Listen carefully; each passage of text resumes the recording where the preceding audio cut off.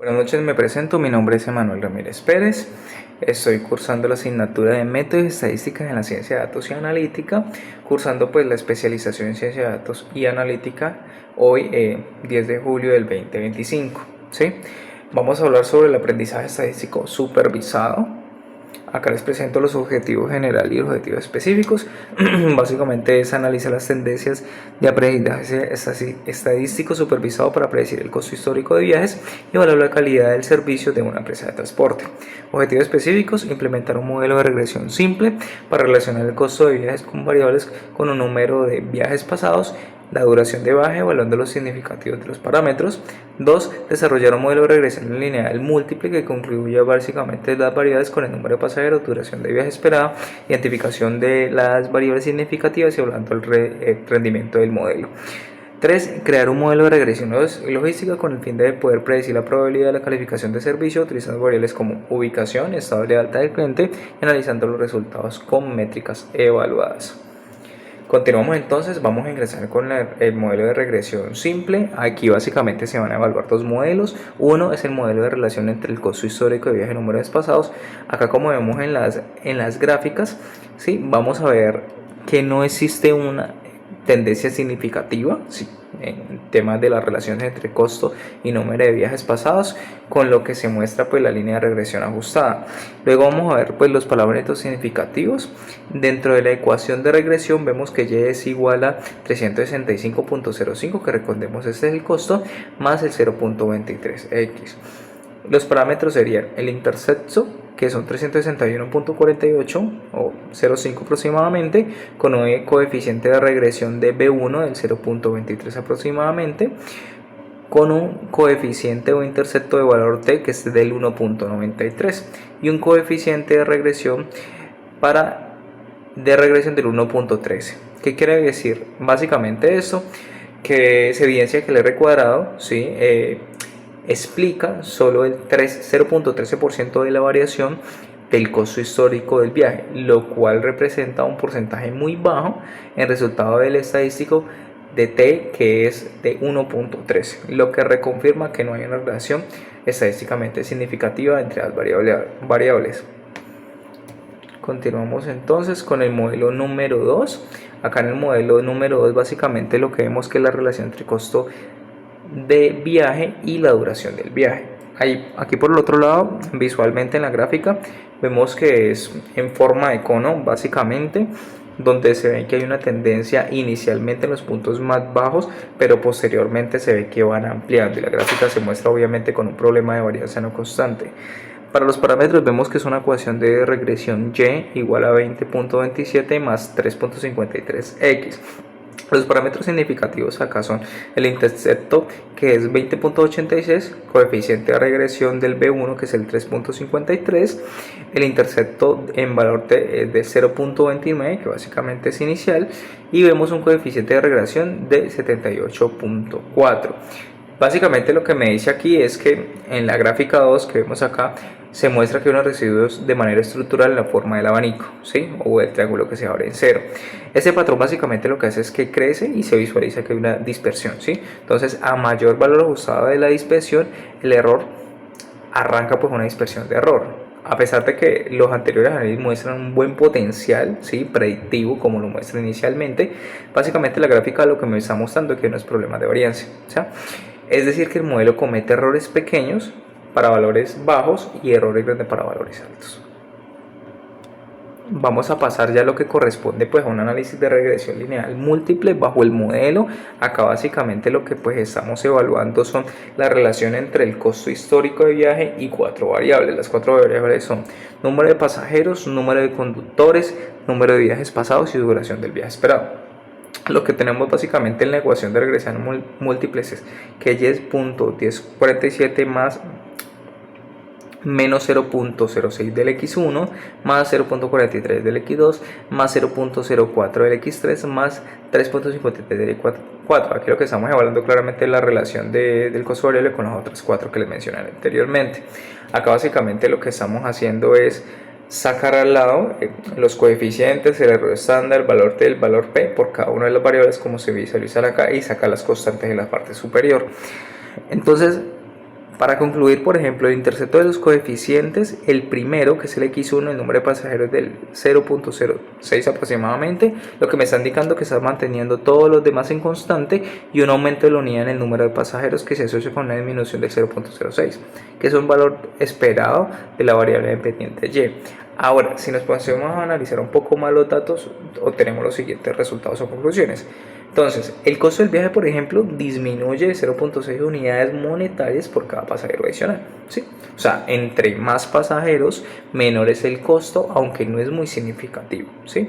La otra, por ejemplo, conclusión que podríamos obtener aquí con estos datos es que el costo del viaje aumenta un 0.43 pesos por cada conductor adicional, en un costo operativo adicional, básicamente. Lo otro que podemos visualizar aquí es que el costo viaje del aumento de las 0.04 unidades es por cada viaje pasado del cliente, que no es muy significativo, la verdad, mucho menos de un peso. Ahora, el último análisis que podríamos otorgar, este sí es más aplicable, y dice que el costo del viaje aumenta 3.53 unidades, o sea, pesos, por cada minuto adicional en la expectativa de duración del viaje, que este sí es bastante significativo. Ya estamos hablando de 3 unidades económicas. Ahora, si vamos a analizar un poco más los datos, ¿sí? Acá en esta otra gráfica donde ya vemos el R cuadrado ajustado, vemos el F estadístico, como la probabilidad de F estadístico, ¿sí? Vemos por ejemplo el verosimilitud, vemos la IC, BIC, observaciones e incluso los grados de libertad de residuos y el modelo. Entonces, aquí ya analizando un poco más los datos, ¿sí? Donde vemos la evaluación del modelo, dice que la raíz de error cuadrático mediático es del 69.49, el error estándar relativo es de 0.19, que básicamente ahorita lo pasamos a un porcentaje, el R cuadrado es de 0.86 y el R cuadrado ajustado del 0.86 aproximadamente. Básicamente, para parafrasear, lo que estoy obteniendo con estas métricas son: 1. El R cuadrado me está indicando que el modelo explica aproximadamente el 86% de la variabilidad en la variable dependiente. Eso es lo primero. En otras palabras, el objetivo de predecir el costo del viaje se está explicando con la información de las columnas usadas como predictoras, ¿sí? Sin embargo, de acuerdo a los análisis anteriores, se sabe que las variables influyentes son la 2 y la 4, ¿sí? Ya lo vimos, que son los conductores y la expectativa de duración del viaje, ¿sí?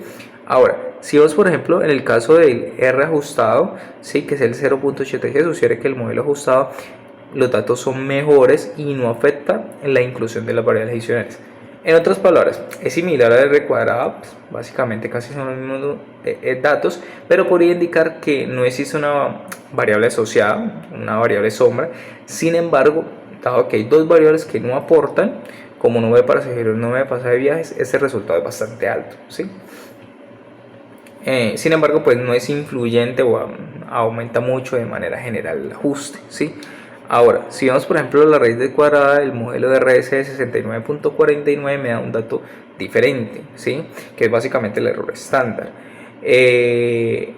Básicamente lo que dice es que el modelo se equivoca en un 69.67 unidades económicas, el cual es coincidente con el error estándar, confirmando que los errores están bien distribuidos. Básicamente es eso. Si podemos considerar como resultado, ¿sí? Podríamos decir que el resultado es moderado y esperado, teniendo en cuenta la escala del costo histórico de viaje, que va desde los 25 pesos a los 836 pesos, con un promedio de 372, ¿sí? Ahora, la desviación estándar, por otro lado, como vemos ahí en los datos, es del 187.16, ¿sí? Que básicamente el modelo tiene un error, un margen de error que es el del 19% en promedio, ¿sí? Lo cual es relativamente aceptable, ¿sí? Hablando en temas pues, económicos.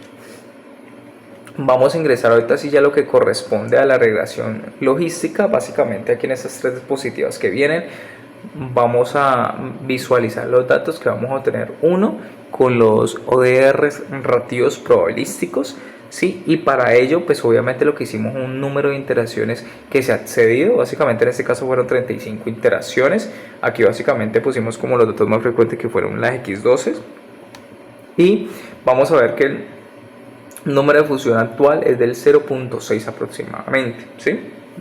Ahora, si vamos un poco más a los datos de los ratios, básicamente vemos que hay una variable constante, como la ven en la primera franja de la de arriba, que es del 1.39, lo que indica que cuando todas las demás variables se mantienen constante, hay un aumento de las unidades que se asocia con un incremento del 39.137 con una probabilidad de que el servicio sea excelente.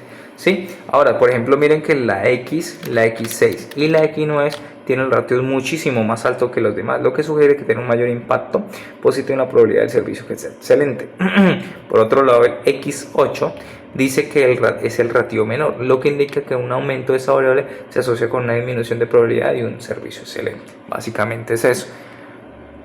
Si vamos entonces al siguiente datos de coeficientes del modelo, vamos a tener un resumen al lado derecho y básicamente lo que me dice es que la variable dependiente de servicio 1 es excelente, de servicio perdón es excelente, la segunda el número de observaciones utilizadas fueron 700, los grados de libertad en este caso de residuos fueron 690, los grados de libertad del modelo fueron 9, el pseudo de R cuadrado es 0.0007480, Low liquid fue el menos 430, RL nulo fue menos 463, valor de PRL 0.69, voy a pasar al 70%. Básicamente la interpretación de los coeficientes, podríamos decir que ya. El coeficiente de la variable constante es del 0.33, lo que indica que cuando todas las demás variables se mantienen constantes, un aumento de unidad constante se asocia con un incremento del 0.33 de que el servicio sea excelente, ¿sí? Ahora, si vemos por ejemplo la variable x1 a la variable x12, se representa que hay un cambio de logi en el que sea el servicio excelente cuando esa variable aumenta en unidades, manteniendo todo lo demás constante. Sí, básicamente es eso. Ahora, sin embargo, debido a que los errores estándares, por ejemplo, el valor de Z y P no están disponibles, ¿sí? No podemos hablar de manera significativa de esos datos consistentes o coeficientes, ¿sí? Vamos a ver los siguientes datos. Acá básicamente analizando de manera más objetiva, sacamos una matriz de confusión y sacamos otra unas métricas de evaluación para poder revisar los datos de esos residuos y demás, y ver si el modelo pues tiene un real positivo, un predictivo positivo o negativo, y ver esa tendencia. Entonces acá por ejemplo podemos visualizar que la matriz de confusión muestra que el modelo no ha clasificado correctamente ninguna observación como positiva. Sí, aquí mientras que por otro lado vemos de manera negativa unas 300 observaciones. Sí, ahora si miramos por ejemplo dentro de las métricas tenemos datos muy importantes que menciona que básicamente la precisión del 0.67 básicamente lo que me está indicando es que cuenta con una precisión, ¿sí?, del 67%, es decir, de aproximadamente 7 de cada 10 precisiones son correctas. Detectada de la mitad de los casos sean reales, ¿sí?, con un equilibrio bueno en términos de precisión y recalco, ¿sí? El modelo tiene un mejor desempeño en la predicción de la clase de servicio cuando es 1, ¿sí? Básicamente es eso. Lo otro que se menciona acá por ejemplo es que el F-score es del 0.80% o 0.81 aproximadamente, que representa un buen rendimiento general del modelo, siendo una media armónicamente entre la precisión y la sensibilidad, ¿sí? Acá ya para concluir, sí, acá saqué digamos de los diferentes modelos evaluados, los dos primeros modelos de lineal simple, el modelo de regresión lineal múltiple, pues con esas 5 variables revisadas, y por último el modelo de regresión logística, obviamente pues con la matriz y los demás datos que sacaron de ratos. Entonces, de manera resumida voy a concluir, sí, 2 por cada modelo. Básicamente el modelo 1 podríamos ya decir que básicamente la regresión simple, que concluyó que el número de viajes pasados no es un buen predictor, ¿sí?, del costo histórico del viaje.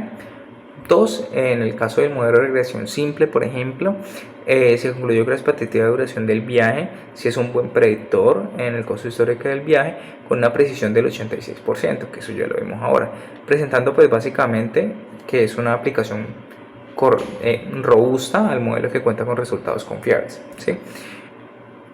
Entonces ya en el modelo en lineal múltiple, ¿sí? Tenemos dos conclusiones. Uno, que el modelo de regresión lineal múltiple indica que puede ser reducido, ya que las cuatro variables independientes que revisamos ahora, las dos variables números de pasajeros y el número de pasajes, no aporta de manera eficiente o suficiente para poder considerar que tienen algún efecto, ¿sí?, sobre las variables del objetivo y costo de viaje. En cambio, la expectativa de duración del viaje, por otro lado, la cantidad de conductores, sí influyen de manera significativa, siendo la primera la que tiene mayor número de impacto, ¿sí?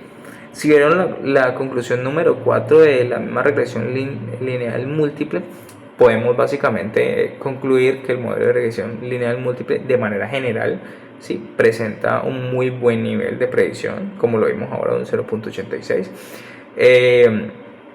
Versus a lo que corresponde la variable del costo de viaje, con un porcentaje de error del 19%, que era 0.19, respecto al costo histórico. O sea, no es un buen modelo, o sea, no es un modelo perfecto, pero sí puede dar predicciones adecuadas. Básicamente es eso.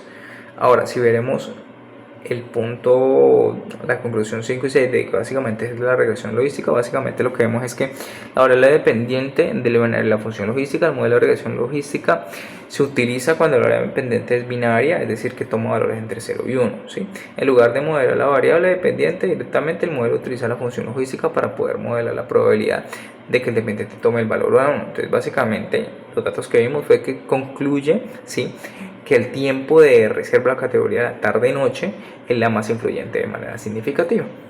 Respecto a la calificación del servicio, cuando se reserva, por ejemplo, en horarios, ¿sí?, en ese horario hay un 31% de probabilidad de tener una calificación más baja, ¿sí?, frente al horario de la mañana, al igual que sucede, por ejemplo, en el horario de la noche, lo cual impacta parcialmente con un 30.5%, si no mal no recuerdo, que es la calificación más baja, el cual impacta de manera parcialmente con un 30.5%, un efecto relevante sobre la calificación del servicio. Muestra también porcentaje de fluencia variable entre un 14.1 y 18, sin embargo, pues la P no es un valor significativo. Ahora, en el último punto, por ejemplo, acá hablamos de estimatización de parámetros de intervención de coeficientes. Básicamente el modelo utiliza pues una método de maximización de verosímil para estimar los coeficientes de regresión, lo que representa básicamente un cambio de las variables dependientes con cada una de los cambios de las variables, ¿sí? Entonces, en términos generales, que vimos en el modelo, que básicamente el modelo de regresión logística aplica el balance obteniendo por una precisión del 32% para una calificación regular, como lo vimos ahorita, de 0.69, que es un 69%, casi un 70%, para decir excelente, llamémoslo así. El modelo tiene también un mejor desempeño para predecir esta última clase, y en general el modelo predice correctamente. Es menos preciso, ¿sí?, pues es más equitativo, con el balance, pero pues también puede detectar de una clase minoritaria, pero pues en ese caso para que sea regular, ¿sí? Muchas gracias.